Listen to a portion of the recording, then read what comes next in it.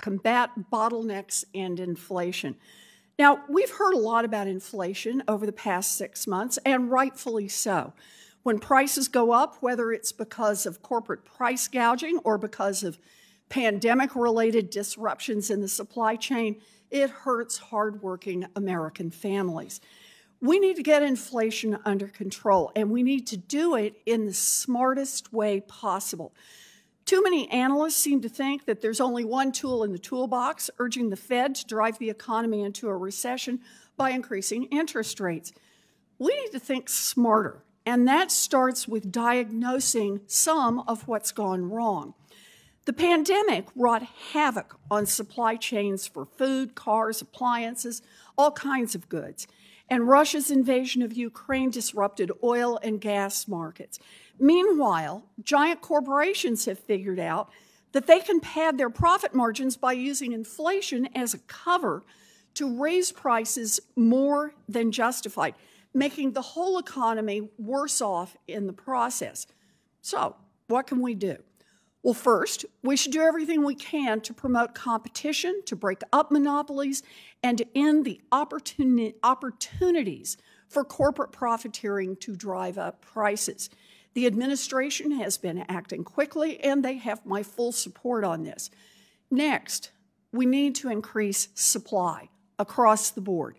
We need to fix supply chains and bring more production home. We also need to invest in green technologies so that Americans are not held hostage to the whims of oil-rich dictators. All of those are good steps, but there's another piece of the puzzle that we should focus on. We can bring down inflation if we increase our labor supply.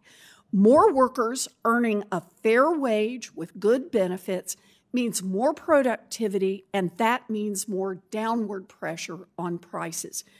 As we return to many of the activities we enjoyed before the pandemic started, Americans are once again eating out, going to the movies and traveling, and businesses are looking to hire. Those businesses need servers and line cooks. They need retail clerks, hotel staff, barbers, bus drivers, you name it. Factories that are trying to run full shifts or even a second shift need workers. The transportation industry, including drivers and schedulers and planners, need workers.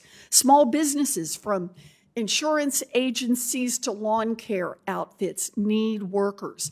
And across the board, a tight labor market will mean prices stay higher longer. And that's where childcare comes in. One of the biggest barriers that is holding back the economy right now is that workers who want to rejoin the workforce, who want to respond to a help wanted ad or want to show up for a second shift, can't do so if they don't have childcare. A Census Bureau study released last year found that 1 in 5 working parents left the workforce or reduced their hours solely due to childcare. And 1 in 4 women who became unemployed during the pandemic said the reason was a lack of childcare. Now, some economists are worried that inflation could become a longer-term problem and actually increase in parts of the economy experiencing these worker shortages, especially if we don't get more people into the labor force. But to get people into the workforce, working parents need childcare. And we're still about 117,000 childcare workers short compared to our pre-pandemic levels. Childcare providers want to hire more staff so they can offer more slots to families and get things back to normal, but they can't. Most childcare providers couldn't afford to pay as much as the gas station down the street paid before the pandemic, and it's even harder now. And when they can't hire enough childcare workers, they can't add more slots, and that means they can't serve more kids and more families. So that means parents can't go back to work, and that makes it harder for businesses like restaurants and cleaning services and car repair outfits to find enough workers to meet demand, and that contributes to higher prices for consumers. Fixing this problem will provide jobs for millions of Americans, especially women. It will help small businesses and unlock economic growth. And it will cut inflation, both in the short term and the long term. It is a win-win-win-win situation. And that's why I'm fighting to pass a legislative package that includes the investments that we need to improve and expand the availability of childcare. The proposal that the congressional Democrats have developed will provide much-needed help for childcare providers, allowing them to hire more workers and to offer higher quality care to more families. It will provide direct assistance to families for childcare, making one of families' biggest expenses more affordable. Universal childcare is pro-family and pro-business. This proposal would help cut inflation by allowing millions of Americans to return to work. So I very much appreciate our witnesses joining us today to discuss America's child care crisis and how we can bring down costs for American families. So next, I will turn to the ranking member, Senator Kennedy, for your opening remarks. Thank you, Madam Chair. I want to thank first our witnesses for being here today. I want to make three observations. First, I agree with our chair that one way to reduce inflation is to increase your labor force participation rate. The more people looking for jobs and obtaining those jobs, the better. If you don't have a job, you're not healthy, you're not happy, and you're not free. It's just that simple.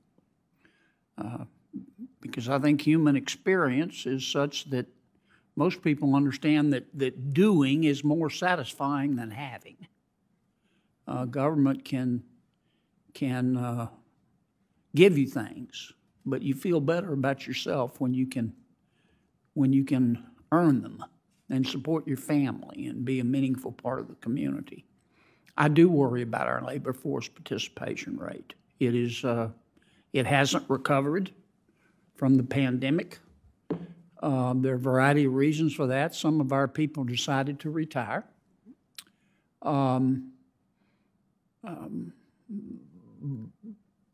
But I think some of our people have, well, I don't know. I honestly don't know the answer to the some say that it is our generous government benefits, and certainly our benefits were increased during COVID, but those are starting, the increases are starting to dissipate. Logically, you should see more people going back to work.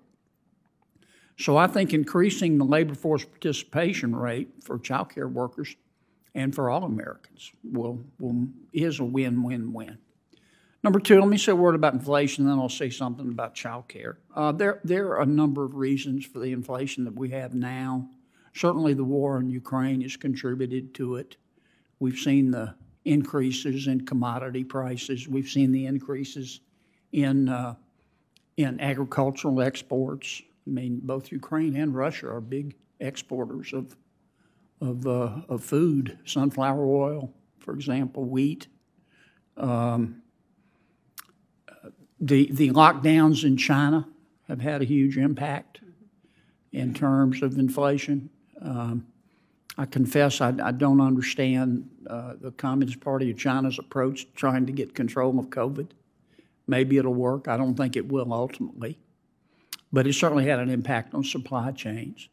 In my opinion, the two biggest causes of inflation that we're seeing right now in the United States, and this inflation predates the war, certainly, are loose monetary policy and, for lack of a better way of saying it, loose fiscal policy. The current inflation that we have now has characteristics of both cost push inflation and demand pull. And I won't go into all of the characteristics of the loose monetary policy that we've had. We had to loosen our monetary policy in order to survive the slowdown from COVID. But I think even the Federal Reserve, if it were represented here today, would tell you that they didn't take inflation seriously enough, soon enough. They should have started tightening monetary policy. They should have taken their foot off the accelerator of the quantitative easing, and they should have raised interest rates sooner. But I think the other part of that equation is the loose fiscal policy, if you will. We had to spend a lot of money during COVID to keep the economy afloat and to keep our people afloat. We spent $7 trillion, probably more, but I think that's a pretty accurate figure. In my opinion, the last 1.9 trillion was not necessary. The president said it was an emergency COVID bill. I didn't see the emergency. The spending was going to occur over 10 years. I didn't see much. I think of the 1.9 trillion, 80 billion of it was spent on public health. But the point is, and it wasn't just that bill, it was the accumulation. $7 trillion is a lot of money. It's clear to me I don't think this will happen, but what we ought to do as a United States Congress right now is freeze spending. Freeze all spending. I'm not saying don't spend any money. We have a budget. Don't increase that budget. That's the amount of money we're going to spend. What's in our budget? Period. Freeze spending except for defense spending. And give the Federal Reserve the chance to do its job. Now, I don't live in La La Land. That's not likely to happen. Right now, there's a discussion of a China bill. We need to spend, I'm told by the advocates, $250 billion to $400 billion to compete with China, which I see the bill primarily as a subsidy for big tech. But that's just one person's point of view. So those are my thoughts on inflation. Let me say a word about childcare. Yes, childcare is very expensive, and it's a real burden, especially for middle-income and lower-income Americans. And I am all for putting our heads together and trying to figure out how to reduce the cost. Here's what I've never seen the wisdom of, though. President Biden, in his Build Back Better bill, basically said his solution to reducing the cost of child care is to have the federal government take it over, have the federal government make it twice as expensive. If you're going to pay child care workers like you pay school teachers, you're going to spend a lot more money. And once the federal government takes it over and makes it twice, in some cases 3 times as expensive, we're going to send the bill to the American people. That doesn't make any sense to me. That's not a solution. That's just prolonging the problem. And that, for what it's worth, is my point of view. We're in the middle of a vote. If I have to leave, I'll come back, but we've got another vote at some point. But and I didn't mean to talk that long, but let me thank you again for coming today.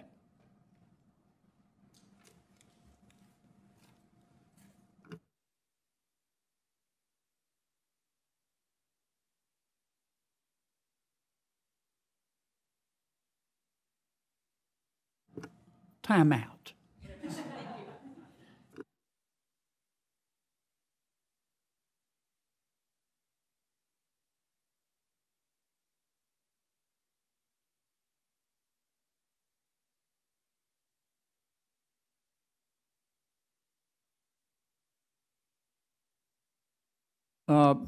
Senator Warren had to take an emergency phone call, so we're going to wait a few minutes.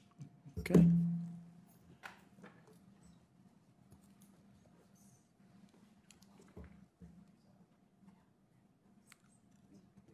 Well, shoot, I'm just going to keep talking then. Why?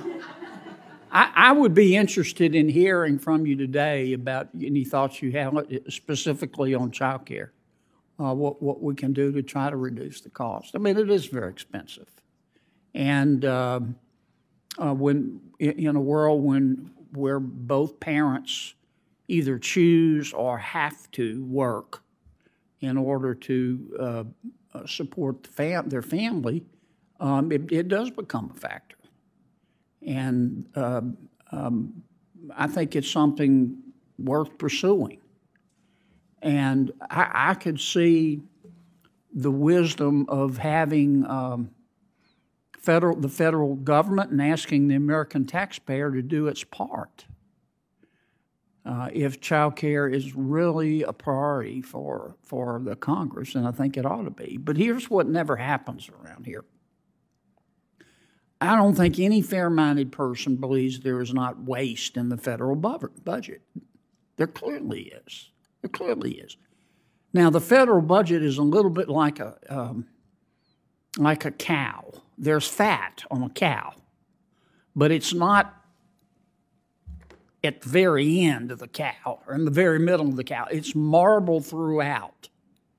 And so reducing spending to find money for child care would require us to do a lot of hard work and to look at every single program and ask if that program has metrics, and if most of them don't.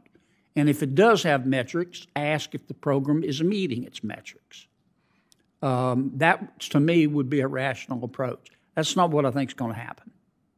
I can tell you, and I'm not just going to pick on my Democratic friends. There's no appetite for that on the Republican side. The folks on my side talk a really good game. You know, we need to reduce spending and get rid of the wasted spending. And you say, okay, let's go. And they say, oh, well, not just yet. It's like going to heaven. They all want to go to heaven, but they're not ready to make the trip just yet. And that's the problem we have. And I think if we spent a reasonable amount of time taking a look at our federal spending, including defense. Look, I'm going to say it again. We need to freeze spending. But we're going to have to, in this world, we're going to have to spend more on defense. But I do find it somewhat embarrassing that the Department of Defense has never been audited. Never been audited. Anyway, I have stalled long enough. The chair is back, and she will introduce our witnesses. Good. Thank you very much, Senator Kennedy. I really appreciate your comments. So we've got a great set of witnesses here to share their views on American competitiveness, and I appreciate each of you being here today.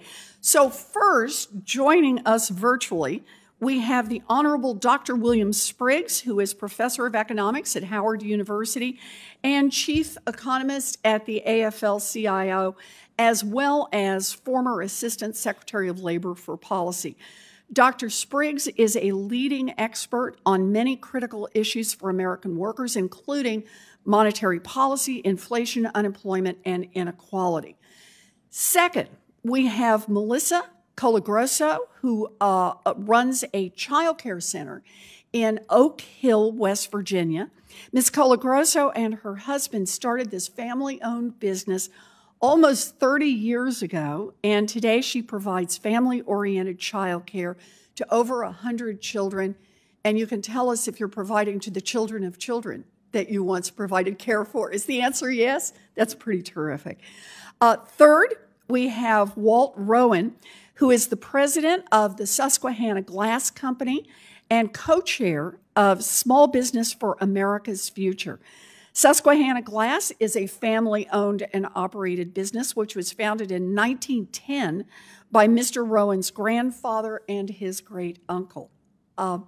Joining us remotely, we also have Kathleen Skagma, who is president of the Western Energy Alliance, which represents independent oil and gas producers from the western part of the United States.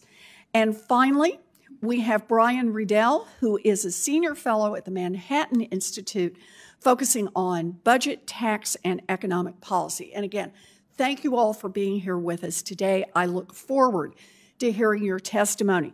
So, Dr. Spriggs, let us start with you. We can go in the order I did the introductions. You're recognized for 5 minutes, and of course, you can always add more to the written record if you wish. Dr. Spriggs, take it away.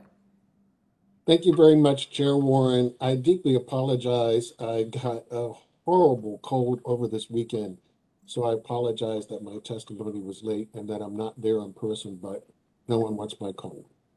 I want to thank you for the invitation to give testimony to your committee today on the issues improving resiliency of the American economy. I'm happy to offer this testimony on behalf of the AFL-CIO, America's House of Labor, representing the working people of the United States and based on my expertise as a professor at Howard University's Department of Economics.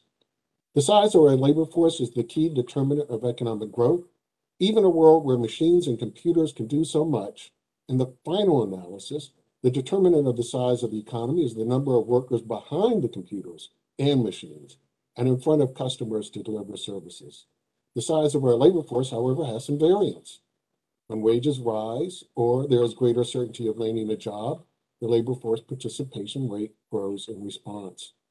The growth and opportunities for women from the latter half of the 20th century fueled a rapid growth of women's labor force participation. That dramatically increased the labor force and potential size for our economy, and that allowed for continued stable growth with moderate inflation. But women's labor force participation peaked in 2000 and had stumbled since. The collapse in economic activity in the first quarter of 2020 in response to the COVID crisis unleashed a chain of events that disrupted normal economic activity. The global pandemic, unlike other shocks, had a simultaneous effect on the world economies. Necessary precautions that delayed the spread of the disease and successfully mitigated worse loss of life significantly altered consumption. So while the initial impact was a drop in all consumption, the gradual reopening of activity led different patterns of consumption than before the pandemic. And the quick response by Congress, we were able to stabilize the economy, and the American Rescue Plan extended support to ensure the effects of COVID would not scar the economy. The American economy ended 2021 with the fastest growth in decades and the strongest recovery of the labor market on record. But we still struggle from the disruptions, and those disruptions had disparate impacts on women.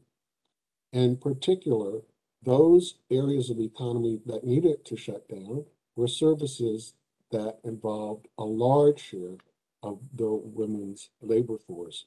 Women were half the labor force prior to the COVID shutdowns, and they are important, therefore, because they're half the labor force. The U.S. labor force participation rate for women, however, is woefully below standard for the OECD. When we compare women's labor force participation in the United States to our partners, we are number 6 out of the top 7 nations. Only Italy has a labor force participation rate that's lower.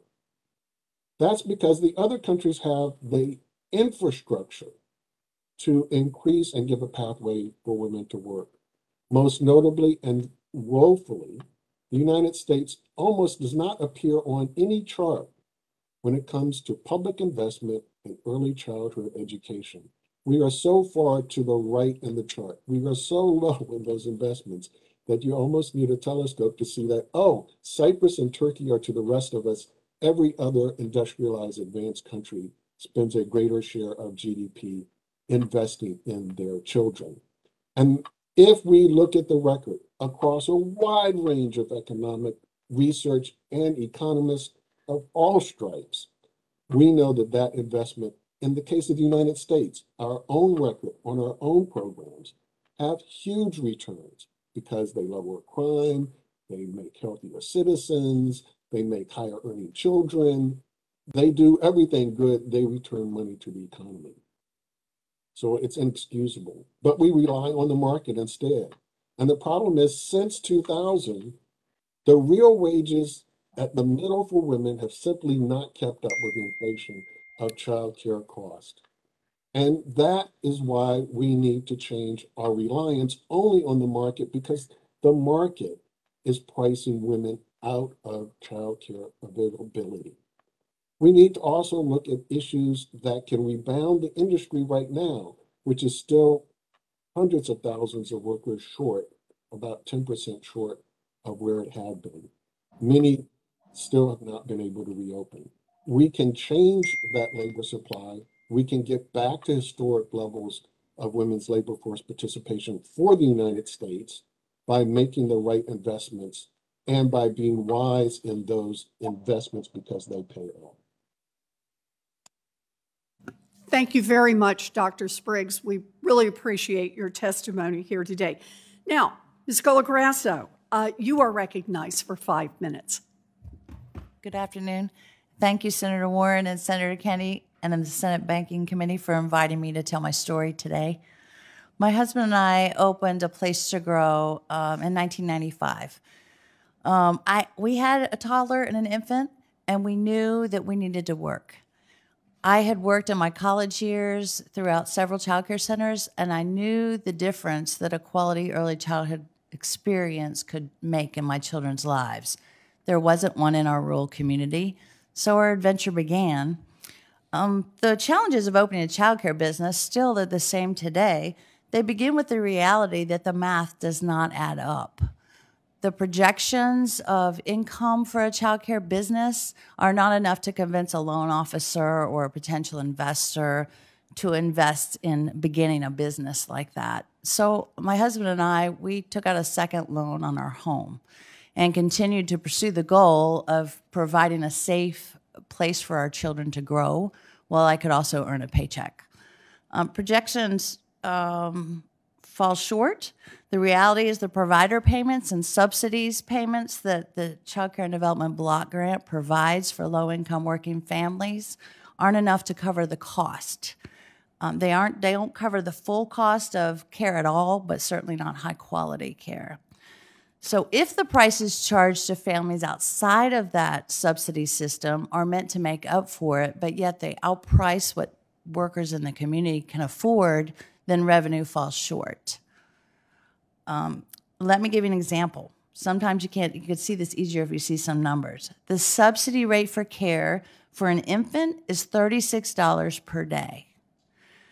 The ratio for safe infant care is 1 teacher for every 4 infants, but really 3 is considered best practice, but we'll go with 4. That means if we have 4 infants that are on the subsidy program, the max we would receive would be $144 for that day of care.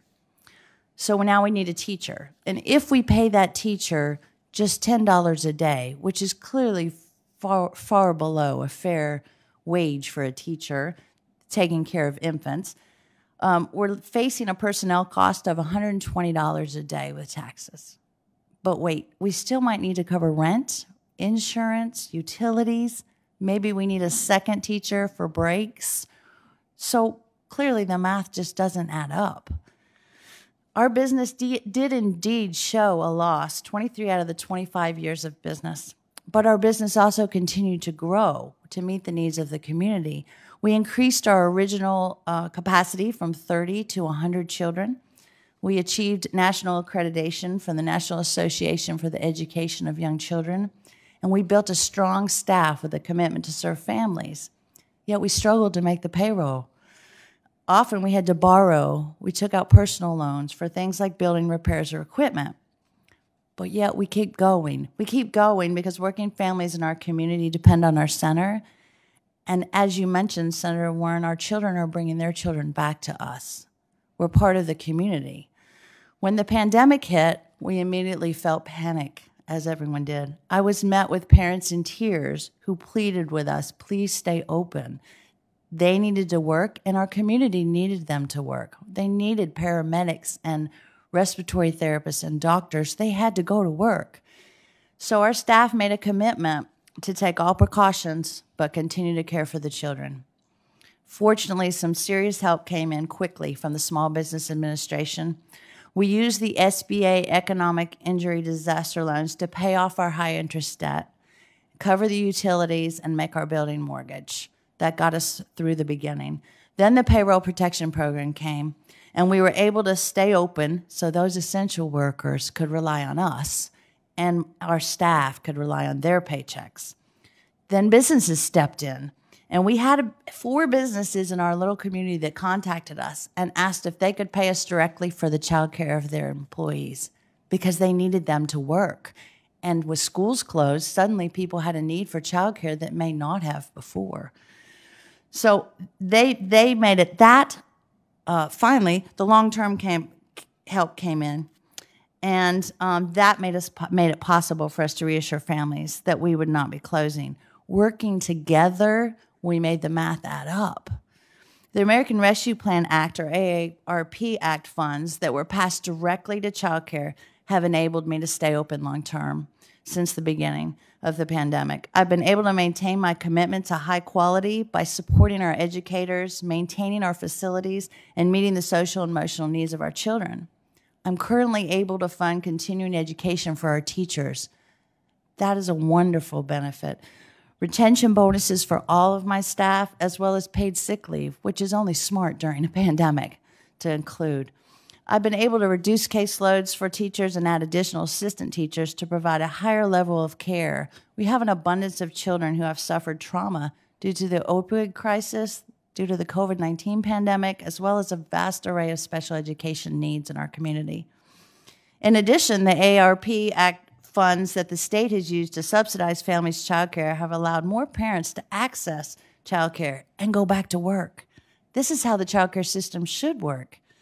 As our parents have learned in my travels here today, several ask that I share stories. They're desperate to tell how much they appreciate the assistance. I have time for just one real quick. One grateful mom expressed, having the subsidy help is a major blessing. Without it, I'm not sure I could send both of my kids full time. Childcare is expensive and necessary. We would sometimes have to choose between paying our childcare bill or our utilities or our groceries. Parents must work. Most families in our area need both parents working to make ends meet. We have wonderful jobs, and yet we still struggle. The kids love their teachers, and they are constantly learning and growing from their relationships with their teachers and friends. As you can hear, childcare is keeping our economy moving. A Place to Grow's current enrollment consists of children being cared for by grandparents, foster children, children with special needs, low-income families, working-class families, as well as upper-income professionals. We have quite a village, and this village works together to help each other when there's a need. Right now, they need our elected officials to recognize the value of childcare. It gives them the ability to go to work. The business of childcare is necessary for all other businesses. The shortage of workers being experienced by businesses nationwide is connected to the shortage of childcare programs. In addition, this is an urgent need. We cannot wait to invest in childcare because the relief funding is here right now, but there's this looming cliff that we're about to all fall off when that funding is gone. Without collaborative work and federal investments now, our village may collapse. I beg you, please help us make the math add up. Thank you for your time and consideration, and I look forward to your questions. Thank you very much, Ms. Colagrosso. I really appreciate it. Mr. Riedel, you're recognized for 5 minutes. Thank you. Good afternoon, Chairwoman Warren, Ranking Member Kennedy. Thank you for inviting me to participate in today's hearings. Inflation is currently creating significant economic pain for American families and businesses. With the inflation rate soaring to 8.5%, the highest rate in 41 years, real wages have fallen 2.7%. Moody's Analytics and Penn Wharton both estimate that inflation is costing the average American $300 per month. A Harris poll reveals 84% of Americans are cutting back on key purchases, and the problem is deepening every month. Inflation has been driven by numerous factors, but fiscal and monetary policy are the lead causes. Since the beginning of the pandemic, the Federal Reserve has poured $4.8 trillion into the economy, more than doubling its balance sheet. Now, a lot of this was necessary to keep the economy afloat during the pandemic, but it was also excessive, as the Fed was still buying mortgage-backed securities as recently as last month. The Fed's actions have worked in tandem with overly aggressive fiscal policy, providing more than $2 trillion in new personal benefits, an average of $16,000 per household. Again, a healthy portion of this spending was needed and justified by the pandemic and the economy. But policies such as $11,400 in relief checks for the typical family of four, a child credit expansion of $1,600 per child, a $600 enhancement of weekly unemployment benefits, and a continued student loan payment pause were often excessive and poorly targeted. The Federal Reserve notes that consumer spending on an annualized basis has leaped by $2 trillion since the pandemic, and $1 trillion since last summer. No wonder supply chains are overwhelmed. Families have $2.7 trillion in additional savings right now than they would have with the pandemic, which on one level is great news, but there's not enough production in the economy to handle the new spending, and so we're getting inflation. And as these savings are spent down, there's going to be more inflation in the pipeline. A major culprit is last year's $1.9 trillion American Rescue Plan. At the time of enactment, CBO estimated that the baseline economy would operate $420 billion below capacity last year, and then gradually close the output gap by 2025. While some stimulus was justified, lawmakers shot a $1.9 trillion bazooka into a $420 billion output gap. And this was just weeks after a $900 billion stimulus bill had been passed at the end of December. Economists on the left and right, including Lawrence Summers, Mark Zandi, and Jason Furman, warned that excessive stimulus would bring inflation. I think they've been proven right. Yet other actions have worsened inflation. The Biden administration has hiked tariffs on Canadian lumber and added tariffs on building materials. It renewed President Trump's tariffs on solar panels, extended the tariffs on Chinese imports, and imposed tariff quotas on steel. It imposed Buy America provisions raising the cost of infrastructure and is working to expand Davis-Bacon policies that raise the cost of government contracts. The White House is defending the Jones Act that raises shipping costs and also allowing a higher ethanol blend in gasoline that will raise food prices. We've also had student loan payments deferred well past the cost that could be justified simply by the low unemployment rate. Many of these policies can be defended and justified as achieving other very important policy goals. But cumulatively, they do significantly worsen inflation as well. And that is already sinking under the weight of fiscal policy, monetary policy, supply chain disruptions, and the war in Ukraine. The Peterson Institute for International Economics calculates that even a 2 percentage point reduction in tariffs would lower the inflation rate by 1.3% and save $800 per household annually. Current economic factors show that inflation will not likely recede soon by itself and may even accelerate in the near term. There is no easy path to bringing down inflation, but the first rule should be do no harm. That means resisting calls for more aggressive federal spending, as well as ensuring that businesses can operate efficiently without expensive tariffs and overregulation.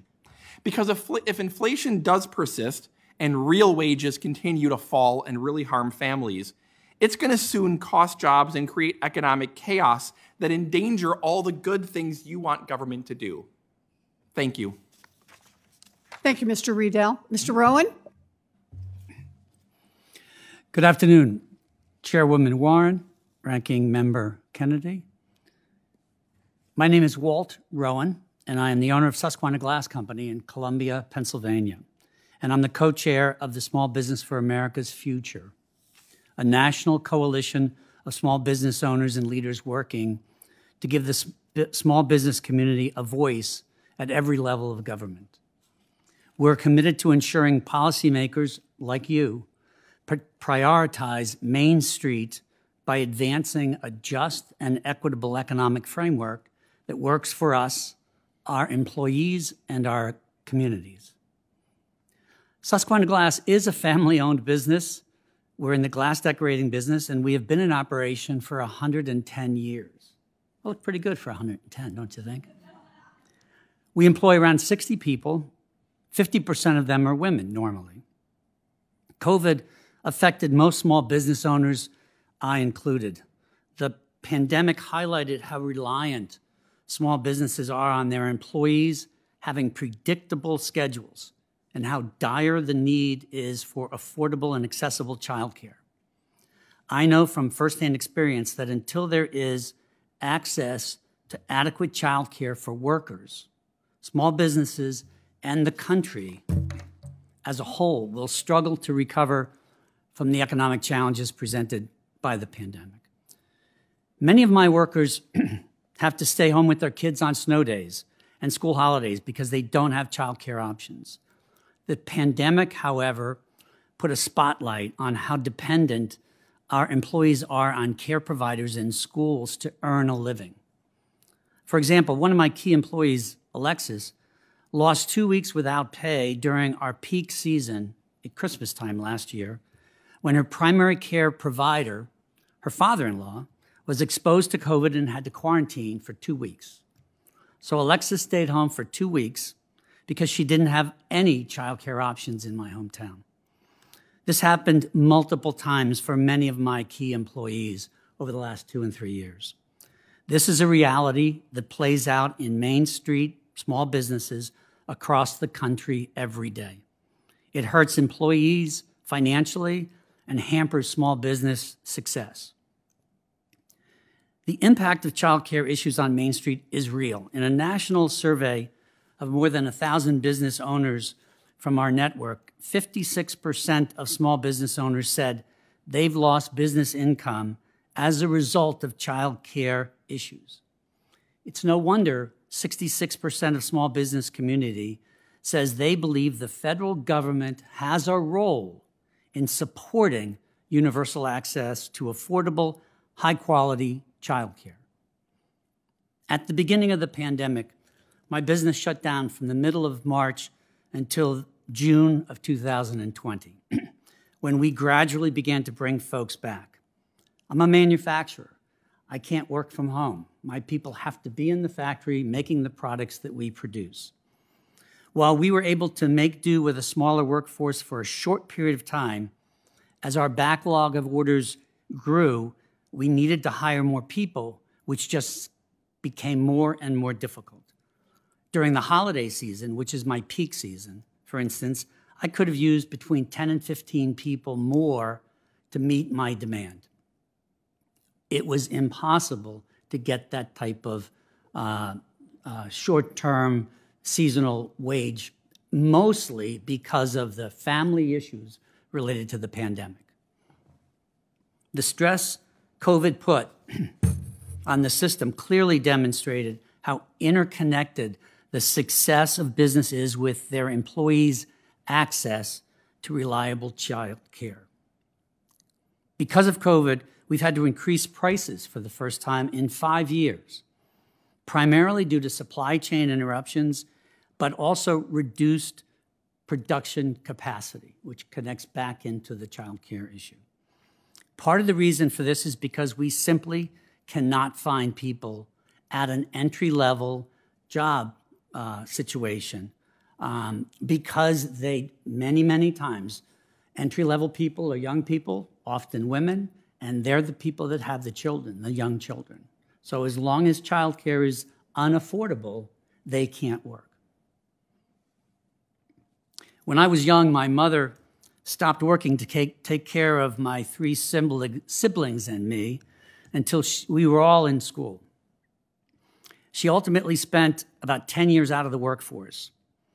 This experience made her passionate as an advocate for providing families with affordable childcare.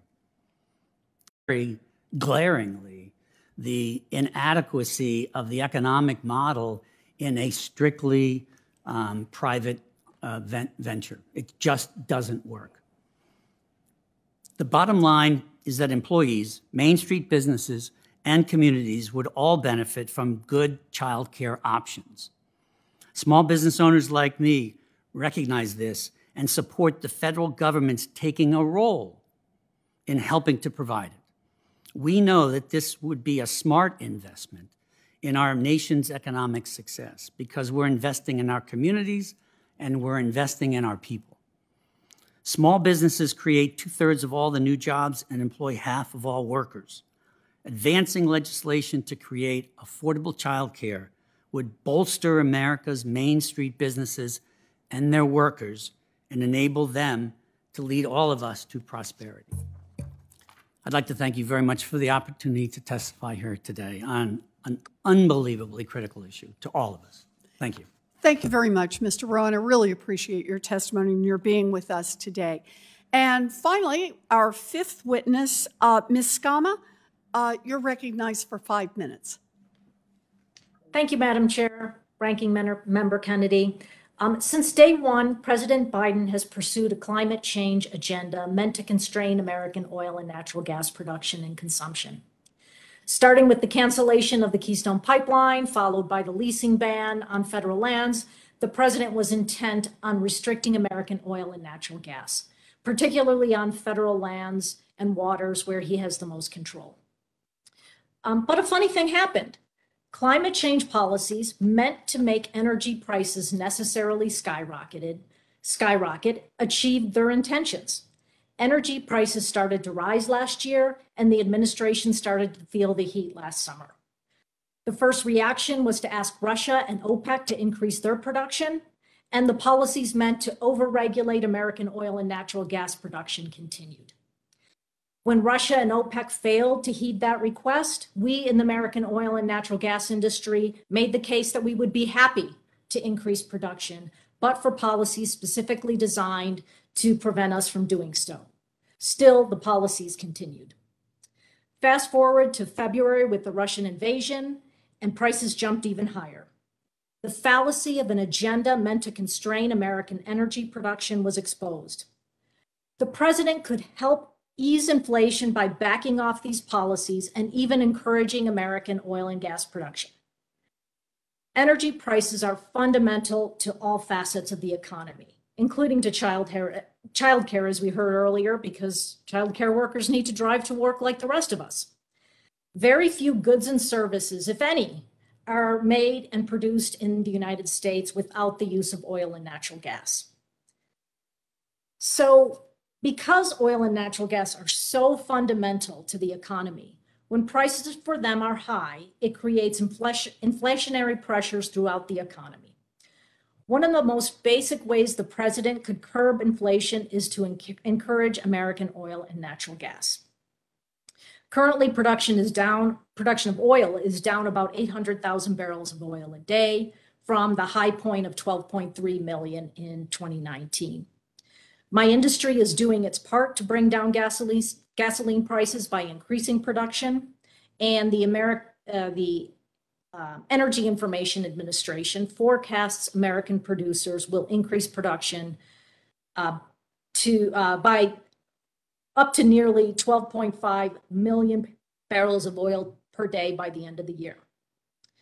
We could reach that goal and even replace the 670,000 barrels of oil from Russia that we used to get from Russia if the administration would reverse course on policies such as stopping the constraints on federal lands and waters.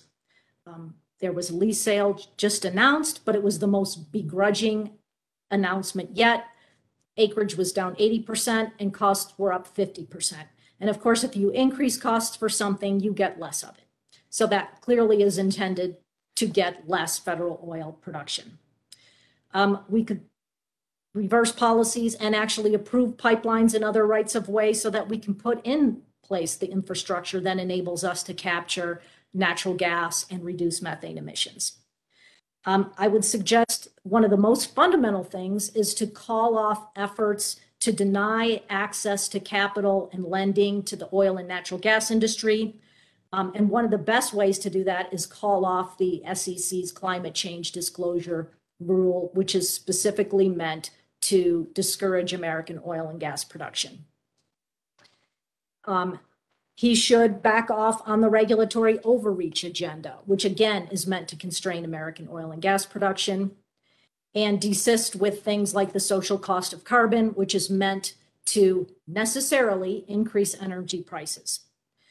I would suggest Congress should do its part too by not advancing legislation that has been kicked around for quite some time about taxing methane emissions. Methane is controlled by EPA regulation. It should not also be taxed and become a new revenue stream. To capture it and remove those emission sources, not try to create a revenue stream. So appreciate the opportunity to testify today.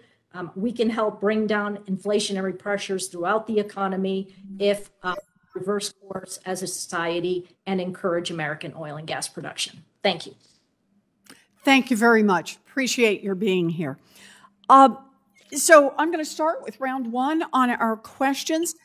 The American economy depends on working parents, and working parents depend on childcare.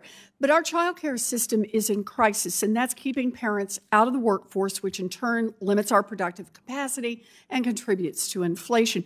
Even before the pandemic, over half the families with young kids lived in childcare deserts, areas where there just simply aren't enough childcare slots. Then COVID hit, forcing thousands of childcare providers to close their doors, many of them for good. Today, when families can find a childcare option, it's often too far away, has a years-long waiting list, and costs more than mom earns anyway. And that's a big part of why, in America, women's labor force participation is so low compared with other developed countries, and it's getting worse. Today, women's labor force participation is lower than it was 2 decades ago. Ms. Colagrosso, you run a child care center in West Virginia. So let's start with a really basic question, and then we'll build on this. Why do people need child care? What are the main reasons that parents bring children to you? Mostly parents bring their children to child care because they need or they want to work. They want to provide a better life for their families, so they may take on a second job, but they want to work or pursue a career, maybe open a small business. Yeah. For employment reasons. So these are people that are doing all the things we want them to do. Yes. For both themselves, as Senator Kennedy says, to have the opportunity to work and contribute to our economy.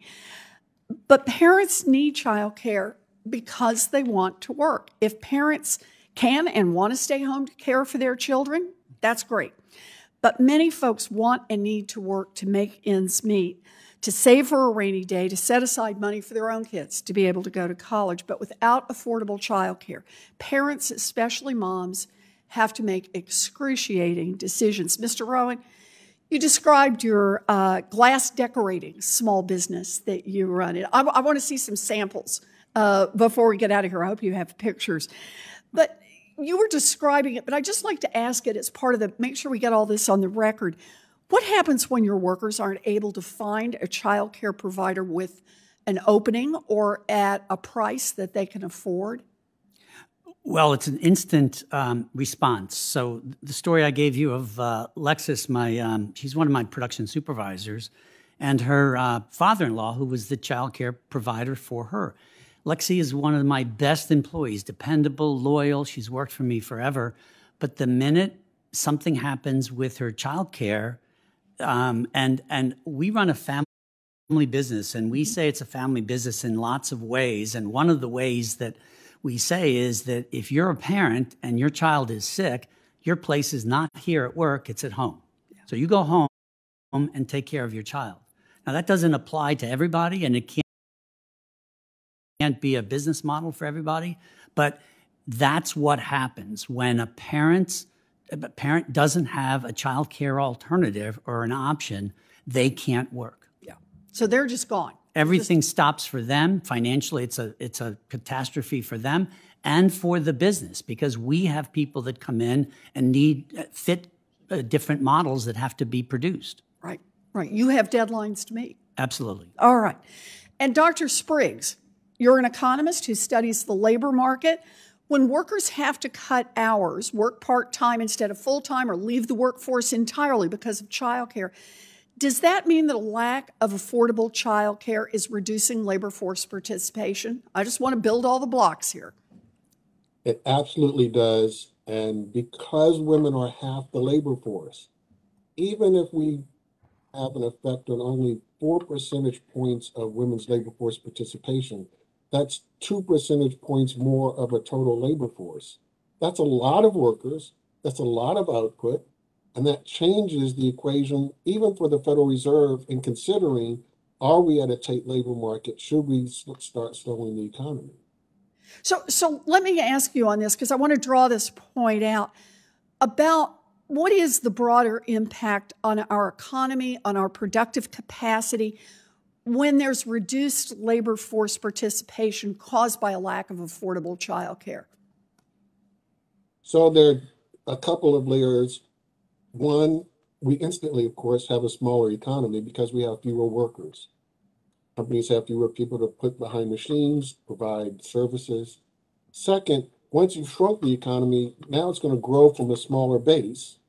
And then third, you have what the Fed has to consider. If Congress doesn't build the infrastructure to get everybody to work, then the Fed's hands are kind of tied. They have to slow the economy before we would want them to slow the economy. So the length of our expansions becomes shorter. So we get a smaller economy, slower future growth, and a smaller future economy, and we slow the length of our expansions. That's lose, lose, and lose. And Dr. Spriggs, just so I'm sure, we're having just a little bit of trouble understanding you, and I just want to make sure I've got this. How many workers are we leaving on the sideline compared to our peer countries, the ones that actually invest in childcare? And what is the impact of leaving those workers on the sideline on our GDP? Do you have some numbers around that? There are a couple of estimates from anywhere from 1% of GDP to 1.5% of GDP. If you think about Canada to our north, where they do make the investments in their children that we don't, this means a much higher labor force participation rate for their women. Anywhere from 10% would be a good estimate. And so we're talking about hundreds of millions of dollars that we are leaving on the table because we're not utilizing our workers to their maximum. So is the estimate, like I said, we're having a little trouble hearing you on our end, is the estimate that about 5.2 million missing workers in America compared with other countries that provide childcare assistance? Is that about the right number? And I think I heard you say 1 percentage point to 1.5% in terms of the impact on the GDP. Do I have those numbers right? Yes. And the 500,000 that were the number of workers we're missing, that's kind of conservative because we're only looking at prime age workers. And of course, a lot of women who need childcare are below the age of 25. And so we're missing some workers who are in the age group that actually need childcare because their children are the youngest. So that's a conservative estimate of how many workers we're missing compared to Canada. And I'm using Canada because it's right next door. We share a same sort of history timeline, and we have many of the same companies, many of the same industries. It just shows the difference we could have if we had the right policies. Wow, so think about that. That's really powerful, Dr. Spriggs. 5.2 million missing workers, and we've actually graphed that here, and nearly a percentage point off the GDP. And that percentage point really matters. You know, over the last decade, average annual GDP growth has been about 2 percentage points. 1 point higher compounds over time, and it would mean both a stronger economy and more opportunities for millions of people. Right now, Americans are getting hit by record shortages and price increases. It's clear that we need to increase the supply of everything, from food to cars to healthcare supplies. So, Dr. Spriggs, let me ask you one more question about this.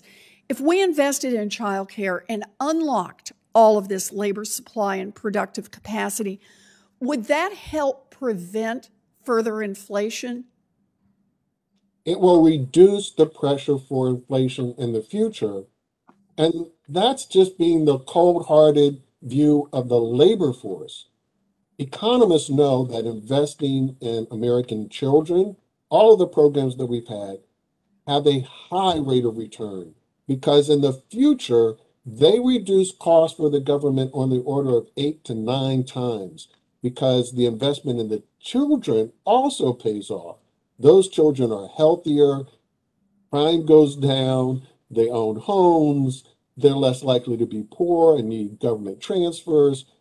Those children are also part of the benefit in the equation. Oh, thank you very much, Dr. Spriggs. You know, we're talking about how without childcare, millions of parents can't work. I know this all too well. I nearly quit school, and later I nearly quit my first big full-time job, all because I couldn't find childcare. I wouldn't have made it without help from my Aunt B. And thank you, Aunt B, but not everybody has an Aunt B to make this work, or a grandparent who's able to make all of it work. And that's why it's so critical that we invest in high-quality, affordable childcare for every American family. It's going to lower the costs for those families and help make our economy more productive. And with childcare, to unlock productive capacity, it's going to help prevent shortages and cut back on price increases across the economy. Thank you. I apologize to my fellow members here for going long, but I'm so glad to have these experts with us. Senator Kennedy.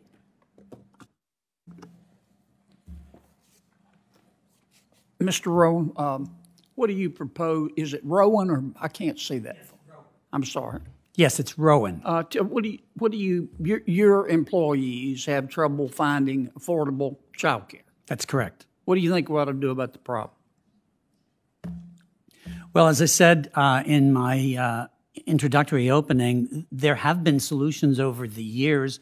My mother was involved in an organization that created a nonprofit child care operation. It worked on pay by need. It did have a it used funds from the United Way, which were charitable funds. But I also believe that it needs more government funding to keep the economic model for as you think the American taxpayer needs to subsidize child care? I believe, if correctly explained, the American taxpayer would understand that an investment by the government in good child care would dramatically improve the economic condition of all of our small businesses and corporate businesses, right, to the point where we would have a bigger, larger workforce, which would be more productive, more stable, and everybody would benefit. So the value of the investment, as a business owner, I understand investment. The value of that investment would be far greater than the cost of it today. And if explained properly to the American public, they would understand. How many employees do you have? I run between 50 and 75 to 85. Okay. What does a starting employee make in your company? 2 years ago, $9 an hour. Today, about $12 an hour. Minimum wage in Pennsylvania is $7.25. So the starting pay for a person in your company today, when they walk in, $12 an hour. That's what I have to be paying to get somebody. Well, of course they can't afford health care. Child care. Are you insinuating I'm paying too little? How much money did you take out of your company last year? What was your salary? My personal salary was $100,000. Okay. Did you take out any money? And are you an LLC? I'm a subchapter S corporate. Okay, you're a sub S. So you took out some. In addition to your salary, you had to pay taxes. So presumably you took out profits. How much did you take out there? My company lost over $300,000 last year. Okay. So your total take from your company was $100,000. Actually, my total take, because as a subchapter S, my business income is my income, right, was negative $200,000. Okay. So you had is that aberrational, or does that? I hope so. Yeah. Well, yes, it is. Pre-pandemic, how much did you take out?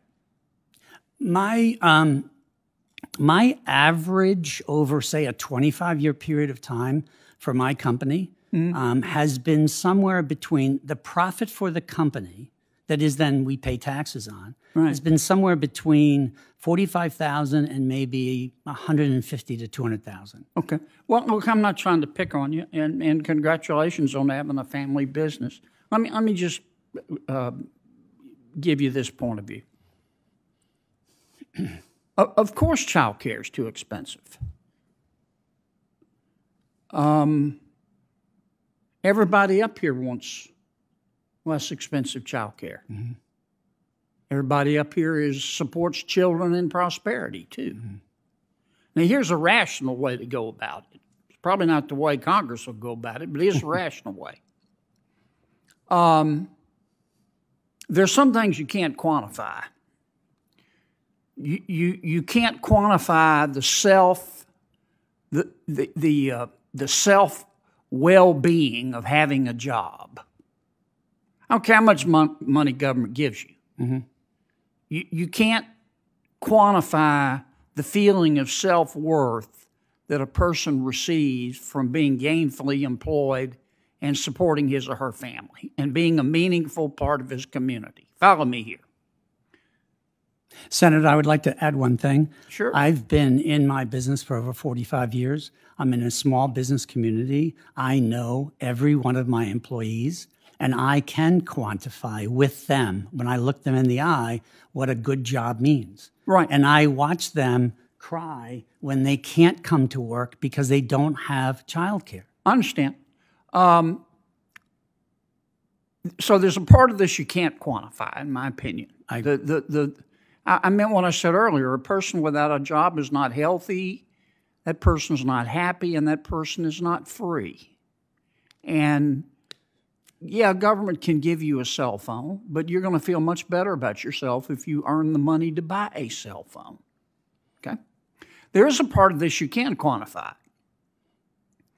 A rational approach, therefore, would be to say, okay, if government subsidized the cost of child care in America, what would that mean in terms of GDP? How many additional people would go to work? How many fewer lost my child is sick days would we have in America? What would be the impact on productivity? All that can be quantified. And you take that number, the cost, or the benefit rather, and you compare it to the cost. And if the benefit substantially outweighs the cost, you would go forward. The question would then become, how do you pay for it? Well, if we say this is a priority, a meaningful place to start, if you respect taxpayer dollars, and we all do, is to say, okay, we're going to comb through our budget. We're going to basically scrub our budget before we just go borrow more money and try to find out what in our current budget is a lower priority than affordable child care. We never do that. Mm-hmm. We never do that. I mean, we just don't do that. Neither side does that. When we put together a budget, Mr. Bowen, we don't do it like you do at your business. Our fight over a budget is how much extra money we're going to give to the bureaucracy every year. We don't have any metrics. In the real world, if you're doing a lousy job, you get fired. In government, if you're doing a lousy job, it must mean that you don't have enough money, so we give you more money. That's the way it works. Let me just finish my thought. So that would be a rational play. And then once we really try to scrub the budget and find the money, then if it's not enough, given our other competing priorities, we could talk about, well, is this something that we ought to add on an operating expense and borrow money? That would be a rational way. But that's not what is before us. What is before us, let me just take the President's Build Back Better plan. You know what the child care provisions in that would cost? $75 billion a year. What do you think that's going to do to inflation? And that's not $75 billion that we could find by scrubbing the budget. That's not touching the budget. Nobody wants to touch the budget. We just want to add to it. We don't even have 5% of $75 billion. We got to go borrow that. Do you see the problem? I don't think anybody has, at least I don't have, a problem with the end result, with the objective here. But the answer is not just to say, oh, okay, we'll just add $75 billion a year extra to our operating account based on the assumption that all the money we're spending right now is well spent, and yeah, we'll just borrow more. That's not the answer. And it wasn't the answer before inflation, but let me tell you what will happen right now if we go past Build Back Better.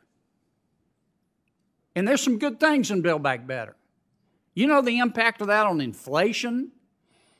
You think 8.5% inflation is high? Get ready for 15% inflation. And that's the problem. Anyway, that's the end of my speech. You mentioned that in a small or in business, we don't do things like government. And that's very true.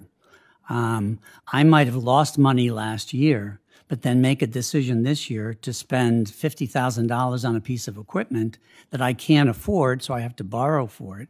But I know that that $50,000 worth of equipment will make $300,000 worth of equipment or products that I will make $50,000 in profit.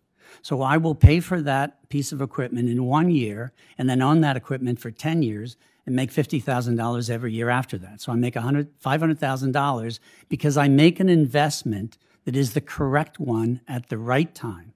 It's not. I bet you the first thing you do, though, is you don't just assume that you need to go borrow the money to buy that equipment.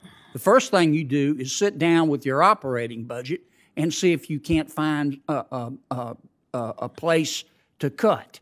That's the first thing you do. We do that all the time, absolutely. Well, and I agree with you. We don't. We don't. And that's the problem. Thank you. Senator Reid. Well, thank you very much, Madam Chairman. Ms. Colagrosso, we're looking at a situation where childcare is extraordinarily expensive for everybody. And the irony is that the childcare workers are only making minimum wage or sometimes slightly above that. And we would insist, and we do by regulation, that they be well-trained, they be well-screened, et cetera. So how do you manage to support your staff while you're providing affordable care like that to children? Prior to the pandemic, it was definitely difficult. People that work in childcare have another incentive most of the time in reality, just like I did. I went into the business a little bit on the selfish side. I needed a place for my own children. And also we just enjoy the work. So there is an expectation that we're not there for the paycheck. I often say to people when I'm interviewing, if you're here for the paycheck, you can go down the road to the convenience store and make a better paycheck. Now, not to say that that's okay, but that is the reality. What we have been amazed about is that when we got the pandemic relief funds and I could pass some bonuses on and help with education and help with sick time, that how stabilized the staff became and more professional, and it becomes a career. And that's where we really want to understand that it's an issue of expense in some communities, much higher expense than other communities. But ultimately, we want the quality to be there and support those staff that do stay in the industry. What strikes me is in Rhode Island, if you have, for example, 2 teachers in public school systems and they have 3 children, they really can't afford child care because it's up there probably that's about $50,000 a year, and I'm not exaggerating. So, Yeah. And Mr. Spriggs, thank you. You bring a excuse me. I'm going to put my glasses on, sir. Mr. Rowan, thank you. You bring a very practical, very pragmatic view to this issue. And from listening to you, I think you've made the point quite clearly that this really is an investment. It's an investment that'll pay back over the life of the child, which probably 75 years. And in fact, if we don't make that investment, there's a real potential that that child could end up being unemployable because they don't have the proper social development and educational development. And I think you're absolutely right. So I don't know if you want to further comment on. Well, thank you. Yes, I do believe it's an investment. not just an investment in a child, it's an investment in a family, it's an investment in America's business community, and it's an investment to all of us for our future. Senator Kennedy has said many times, and I 100% agree with him, that the value of work exceeds the value of being given something that you didn't earn. What I think about, the way I think about childcare is, and as I said earlier, we employ young people because they're entry-level people. That means they're either the first time they're working or they're coming back into the workforce, especially for women. Women are having children when they're young. They're out of the workforce for a certain period of time, and then they want to come back into the workforce. One of the first things we want to do is help that woman, that new re-entered worker, learn how to be a great worker. If we can build a workforce, we will do extremely well. We will do well as businesses, and we will do well as an economy. But the most important aspect of a good worker is dependability. They come to work on time, they come day after day, month after month, and if they like what they do, they will stay forever. You cannot have a dependable worker if they have to go home every time their child is sick, or they can never come in because they don't have an affordable child care alternative. It's very simple. Well, thank you very much. We all believe in the value of work, and it's those people who don't earn a living and don't work is interesting. But I just wonder if, in that case, why some of my Republican colleagues want to repeal the estate tax, because that simply is giving a lot of people who never earn the money. I can't understand that, but that's an aside. Let me, on behalf of the chairman, recognize Senator Smith. Well, thank you very much, Chair. I was going to call you Chair Reed, Senator Reed, and thank you so much to our panelists for being here today. And I want to thank Chair Warren for holding this important hearing. You know, I just got back from 2 weeks in Minnesota, and I can tell you, every place I went in the state, in every sector of the economy, in every region of the state, people were talking about, and especially businesses, Mr. Rowan, were talking about the linked challenges of workforce and childcare. And they totally see that link. And what they're telling me is, Tina, we have a supply problem. We do not have enough spots. We don't have enough places for the children and the families that need them. This is especially a challenge in rural communities, both the childcare shortage as well as the workforce shortage, again, connected. And we also know, and I'm looking at you, Ms. Coloroso, that the costs are extremely high, but at the same time, childcare centers and their workers are literally struggling to survive, struggling to support their families. As you said, this is a labor of love. This is not a get-rich-quick or slow scheme to run a childcare center. Correct. It is a labor of love, but it needs to work financially in order for us to have any kind of a supply of childcare in this country. And of course, we haven't been talking about this specifically, but we know what the data tells us about the connection between brain development and opportunities for kids to have exposure to early learning. And we know that those opportunities are much less likely to be there for poor kids and kids of color. So this is a moral and ethical issue as well as an economic issue, which we've been talking about today. So, I mean, I know from what I've heard from my constituents in Minnesota that our childcare system is fundamentally broken for parents, for children, and for businesses that are looking to recruit and retain talent, as well as for providers. So I want to just say, though, Senator Kennedy is not here, and I appreciated, Mr. Rowan, him directing his questions to you as a business person. I started out my career in business as well.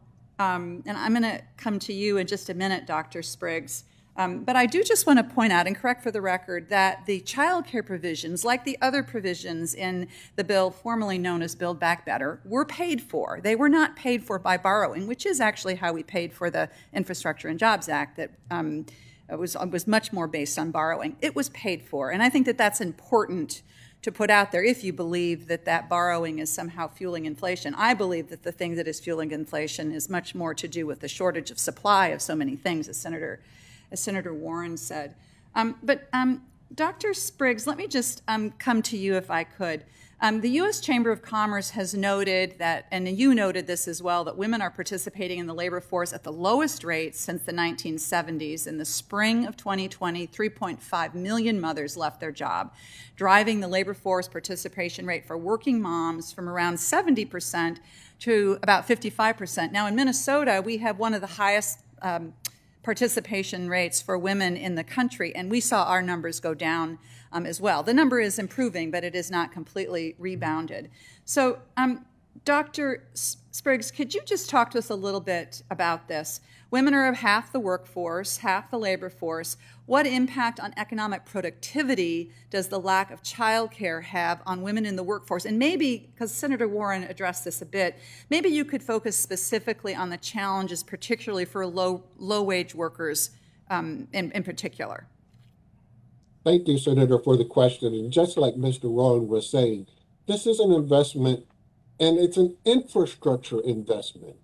We wouldn't turn to a business and say, the bridge fell off, it fell apart, our roads have been destroyed by a flood. We want small businesses to pick up the bill. We expect that government will provide the roads so that workers have a way to get to the job.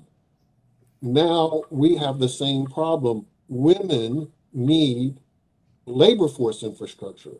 They need the government to have the infrastructure that allows them to participate on a regular basis.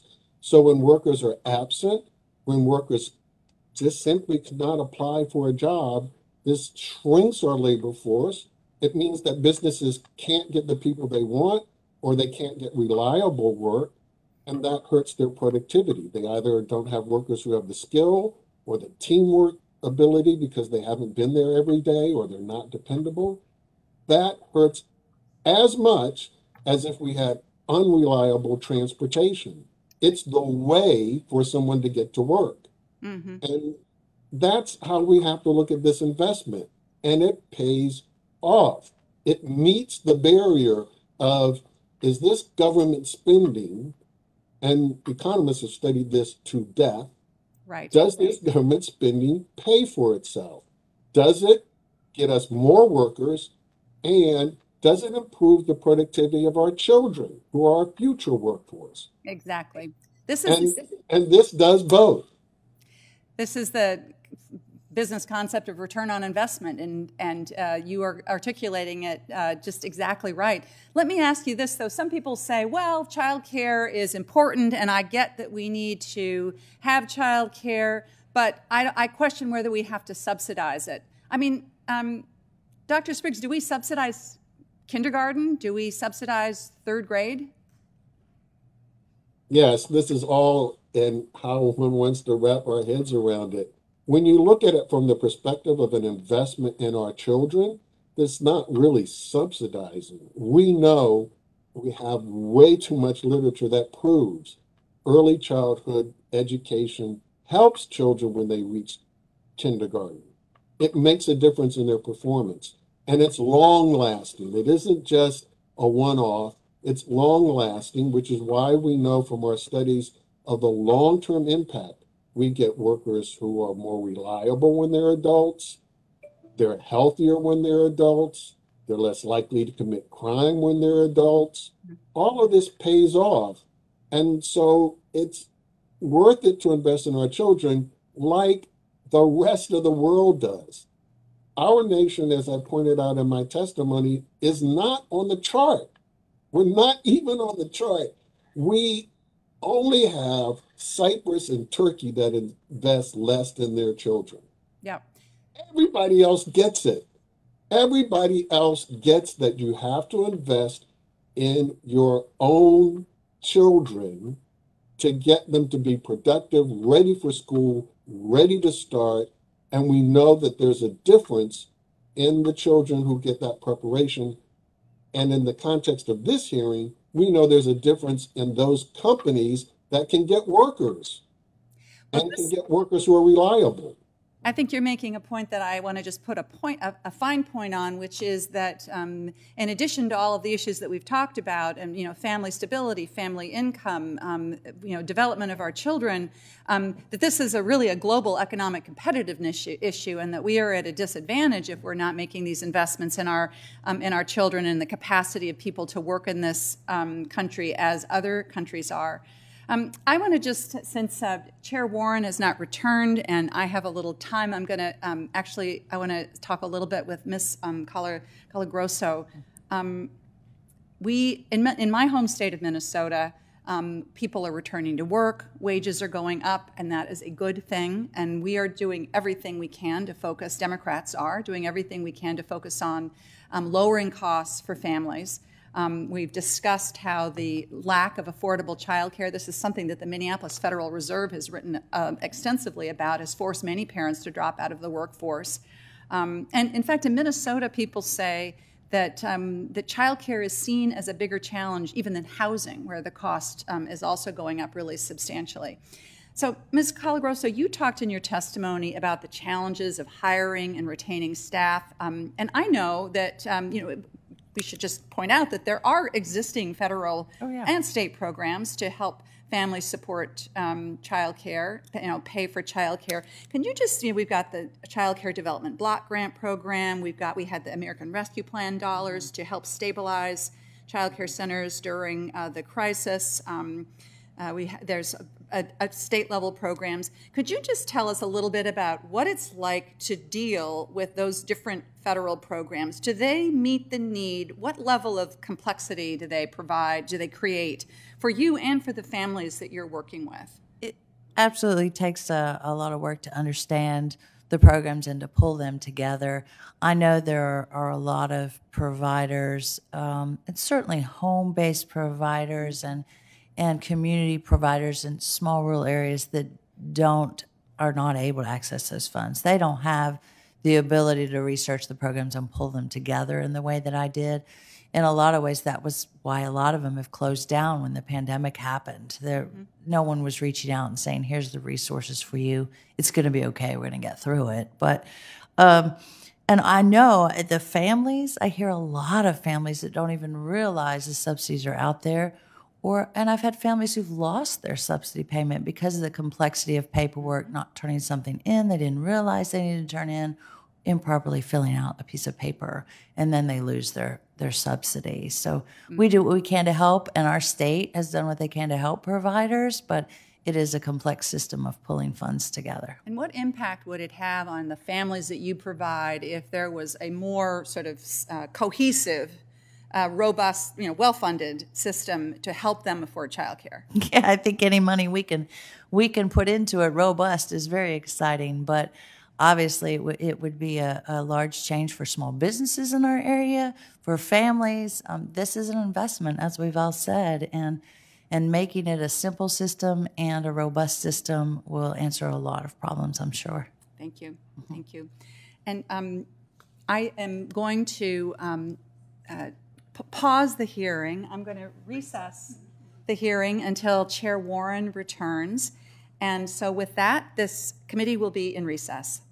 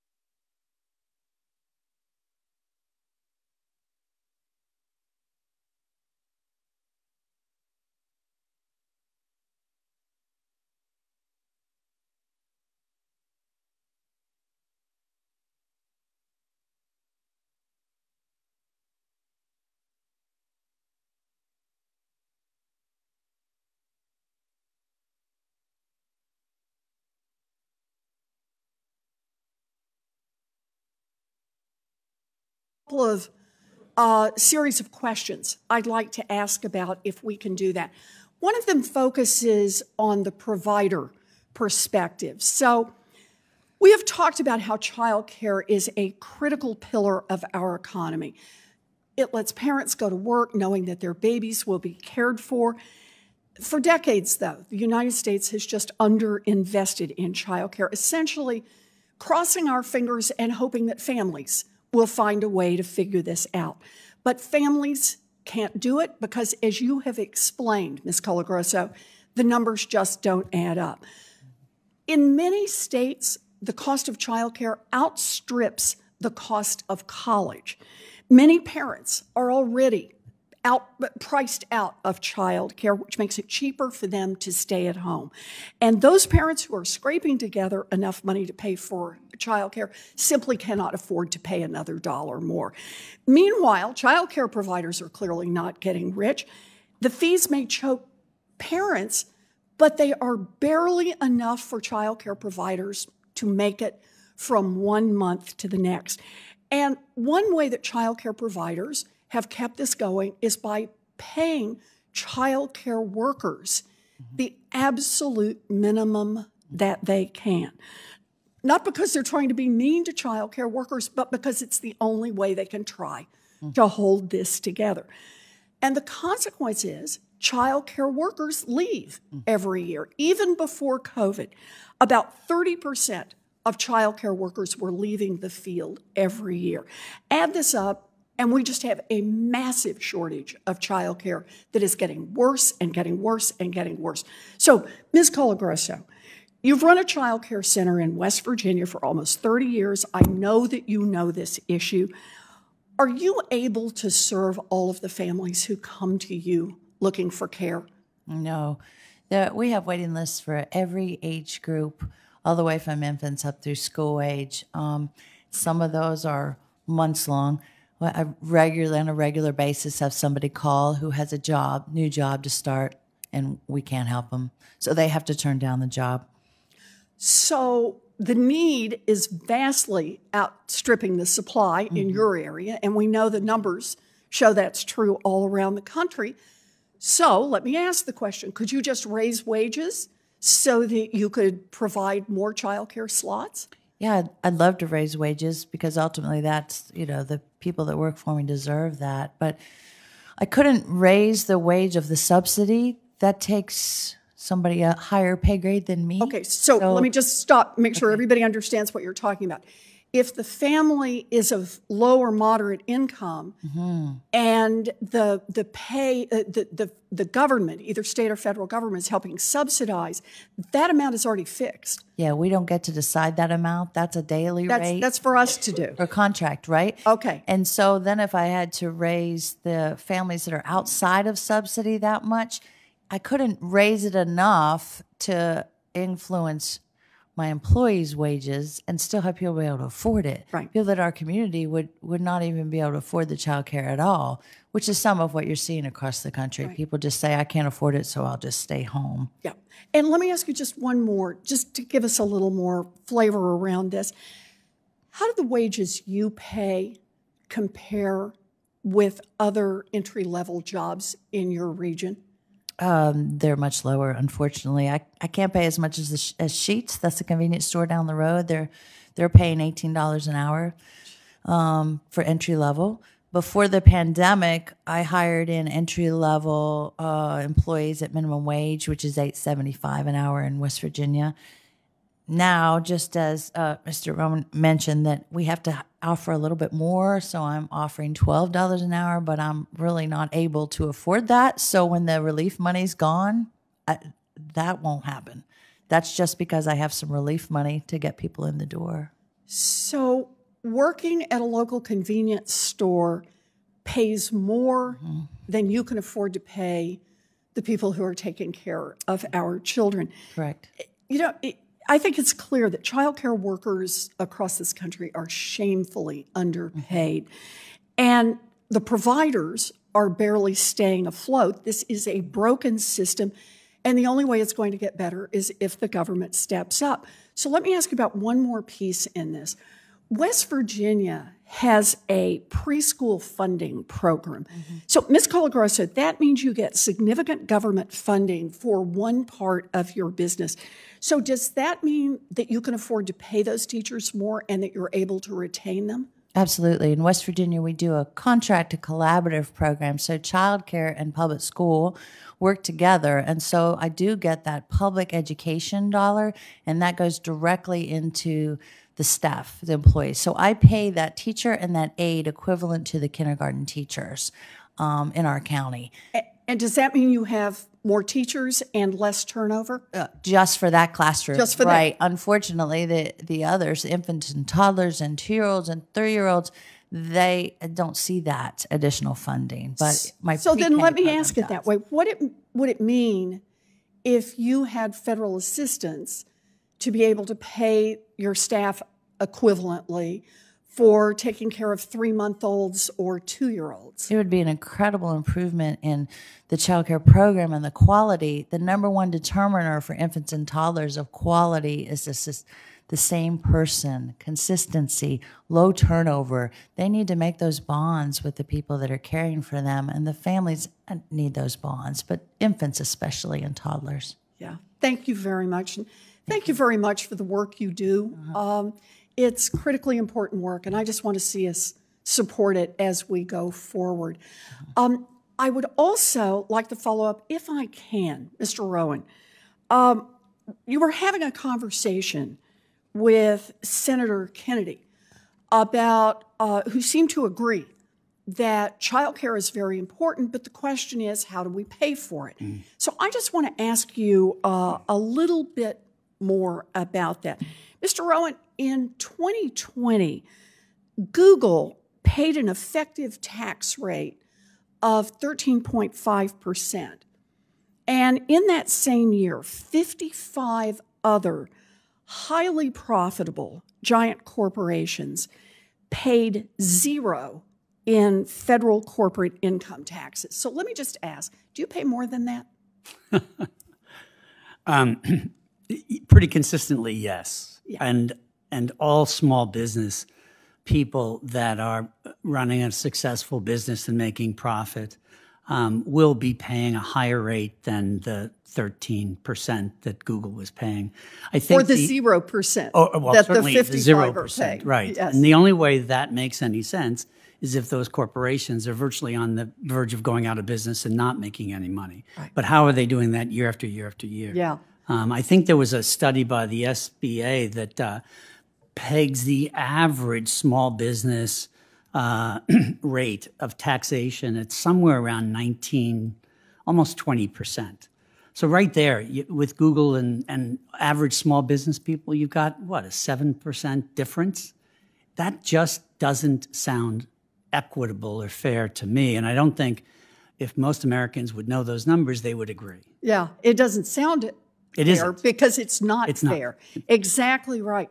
So one of the proposals that Democrats have put on the table is a 15% minimum tax just for corporations that make more than $1 billion in profits. And that's in their book reporting, right? Not in how many loopholes they work through on this. It turns out that that would raise about $320 billion. So let's just hold that number. If I had Katie Porter's whiteboard, I'd put that right up here. And then I'd add under it how much we could save if we actually invested in the IRS, and the IRS could go after the wealthy tax cheats, not just poor people whose numbers don't match up between their W-2 forms and what they were able to report where someone's made a mistake. But if they actually spent their time on the folks who are engaged in the most sophisticated of the tax dodges and simply enforced current law, not fancy changes in the law. Best estimate on that from the Treasury Department is that would raise another $400 billion. It's over 10 years. So $320 billion plus $400 billion gives us about $720 billion. I think the estimate that Senator Kennedy was using for the full-scale, all-the-way, permanent version of childcare was about $75 billion a year. So it looks like to me we're not quite there on those numbers, but very, very close, just on two things: enforce the current tax laws and put a 15% minimum tax for the billionaire corporations, and we could pay for childcare. And that's without having to talk about how you pay for childcare by increasing GDP by a percentage point, how we pay for childcare by bringing, as Dr. Spriggs suggested, about 5.2 million new workers back into our economy. And Mr. Rowan? one of the things that I always say is different between a small business, businessman, business person, and a corporate business person is I live and work and am in visual contact with my employees all the time. I just know them. They know me. So I am much more invested in their personal lives and understand the consequences of the decisions that I make or that the business makes as we go forward. Corporate people are not quite like that. Now, I'm not taking that completely away from them, but what you just talked about, if you had a minimum 15% to the corporations as more than $1 billion. More it's than not $1 billion. just small business. Yeah. You probably will get pushback from the corporate people that run the business. But I will also tell you that the corporate people, the people that work in those corporations would go, thank you. Yeah.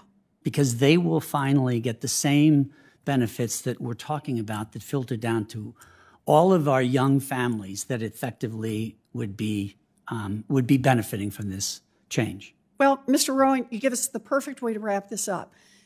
This is about the role of government in helping make this economy work for everyone. Right now, it works great. If you're a corporation that's making more than $1 billion in profits and paying nothing in taxes, but it's not working so great if you're running a small business and your employees can't find childcare. It's not working so great if you're trying to run a childcare business, and it's not working so great if you're one of the parents who can't get into the workforce or can't take a full-time job or can't take an extra job because you can't find the childcare to put you in a position to do that. And that is our job here in Congress. We could do a lot better in making this economy work, not just for a handful at the top, but for everyone. I want to thank you all for being here today. I want to thank those who joined us online for being with us. And with that, senators who may wish to submit questions for the record, questions are due 1 week from today, Tuesday, May 3rd. For our witnesses, you'll have 45 days to respond to any questions. Thank you all again. This hearing is adjourned.